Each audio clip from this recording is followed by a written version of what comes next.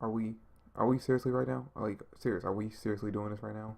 Alright, so this video was originally supposed to be about me talking about all the fan theories out there about how Irene could possibly be the mother or the queen of dragons, as she's called in this chapter. I literally went online looking for theories. That's literally what I did today. And you know what I found instead of theories? I found nothing but the fandom fighting each other. Like, seriously, like, I will put in the link. I'll put a link in the description down below of fucking mangahero.com, the fairy tale comment section. You know what you'll find on there when you read that comment section? Nothing but fans arguing with each other over this shit. And you know what they're arguing about? They're arguing about the fact that this is basically Mashima's way of excusing Erza for being overpowered. Like, seriously, are we really fighting about this right now? Why is this such a big deal? Really? Like, I saw one comment by someone saying that this was basically bullshit. Like the fact that Erza could beat or stop Natsu and Gray single handedly when she was injured when they were fighting a few chapters ago was bullshit because they were supposed to be stronger than her. What? No, no, no, no, no, no. It's been established long ago that Natsu and Gray aren't stronger than Erza. She's always been stronger than the two of them. She's literally the only character that they have been afraid of ever. Why is this a big deal? Why is everyone just like freaking out about this?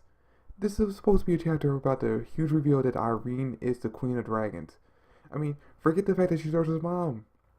We knew that a long time ago. We figured that out way before, like when she was introduced. So why is this really taken away from that? Why is this taken away from the big reveal?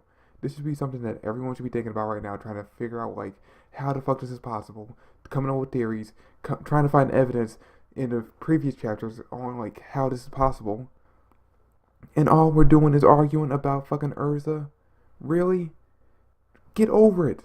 She's overpowered. Mashima let her win. She's a fucking hero. Has any of his heroes died in this manga? Besides fucking Makarov a few chapters ago. Why is this a big deal? This is fairy tale. We knew what we were getting into. We are over 500 chapters in. Why is this still a big deal? Seriously, people. Can we, can we just get over it? But anyway, you know what? Let's just move past that. Rant over. Let's just move past that and into what this video is supposed to be about. The fucking theories. The fucking little theories that I did find on the internet, so I'll make up some of my own right now. Actually, before that, I will talk about one theory that I did see. Someone on my actual review of the chapter commented on the fact that Agnologia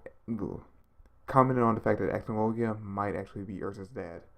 Now, I thought this was interesting because that actually would make sense for the Queen of Dragons and the King of Dragons to be the parents of Erza, who people are calling now the Princess of Dragons. But here's the only thing that's fucking debunking that whole thing.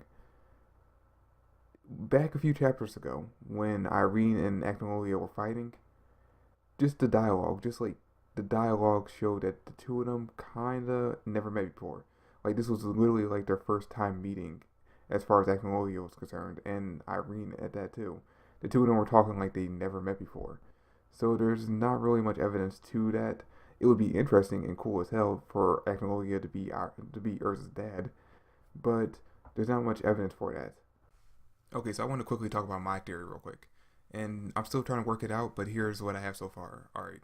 So we know when we get Irene's backstory, which is going to be like the next chapter or so, we're going to see it take place like way back in the day. Like it's going to start off way back in the day, like before Natsu, Gajeel, and Wendy, and Sting and, what's his name, Rogue, got sent through the portal to the present day.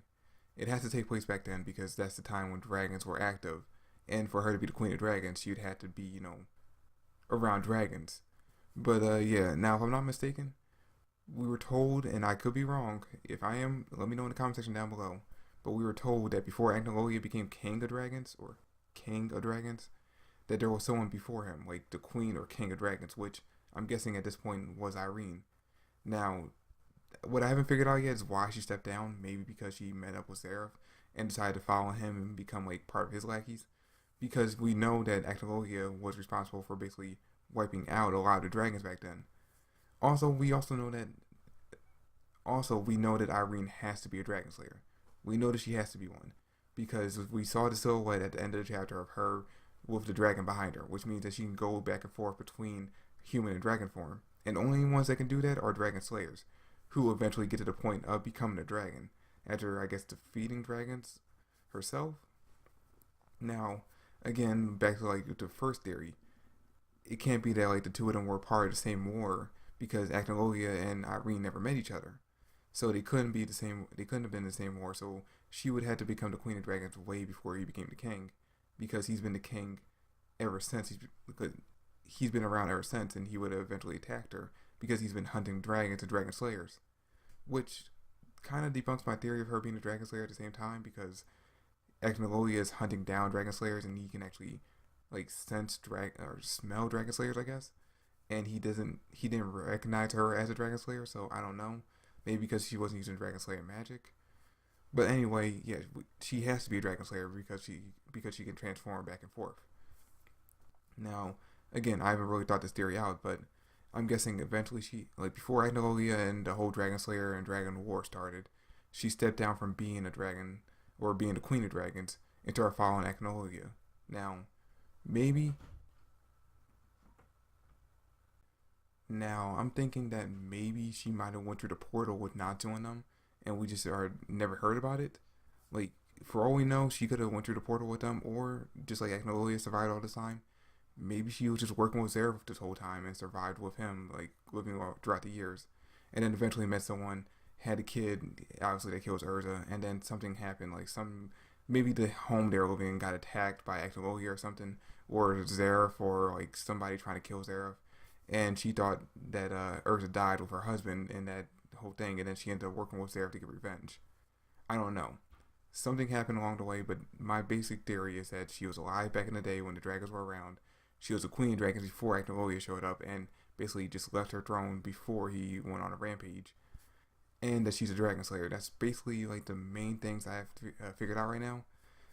But I don't know. Let me know in the comment section what your theories are, because I'm still trying to figure out like what happened or how she is a queen of dragons.